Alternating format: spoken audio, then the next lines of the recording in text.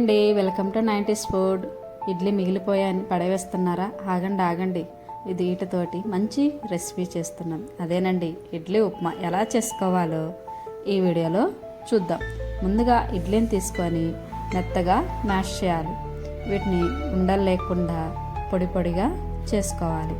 ఈ వీడియోలో చూపిస్తున్న విధంగా అన్నిటినీ ఇలా చేసుకోవాలి. ఇలా చేసి పెట్టుకున్న వాటిని పక్కన పెట్టి స్టవ్ ఆన్ చేసి ప్యాన్ పెట్టుకొని ప్యాన్ వీటయ్యాక 2 లేదా 3 స్పూన్ల ఆయిల్ వేయాలి.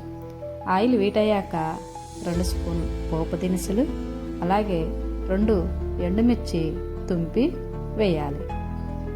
1 స్పూను పల్లీలు వేసి ఇవన్నిటిని వేగనివ్వాలి.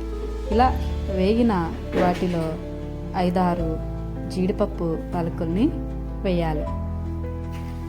ఇలా వేసి వీటిని కానీ వేగిన తర్వాత చిన్న క్యారెట్ తీసుకొని సన్నగా కట్ చేసిన క్యారెట్ ముక్కల్ని వేయాలి. క్యారెట్ ముక్కలు 50% వేగనివ్వాలి. ఇప్పుడు ఆలు ముక్కల్ని వేయాలి. ఆలు ముక్కలు కానీ 20% వేగనివ్వాలి. టమాటా, పచ్చిమిర్చి ముక్కల్ని వేసి వేగనిచ్చి కరివేపాకు 1 రెమ్మ వేయాలి.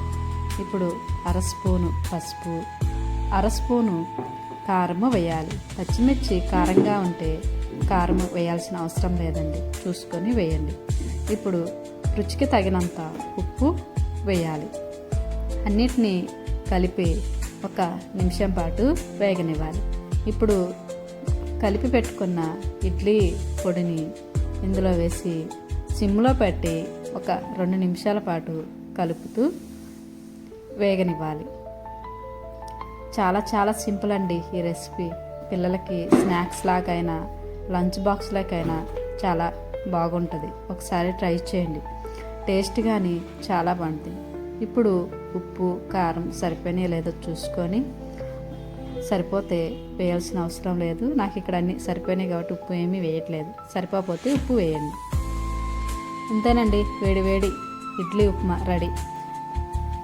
ఇందులోకి నెయ్యి, కారప్పొడి వేసి తింటే చాలా బాగుంటుంది. ఒకసారి ట్రై చేయండి. మీకు ఎలా కుదిరిందో కామెంట్ చేయండి. అలాగే నా ఛానల్ని సపోర్ట్ చేసి సబ్స్క్రైబర్ చేయండి.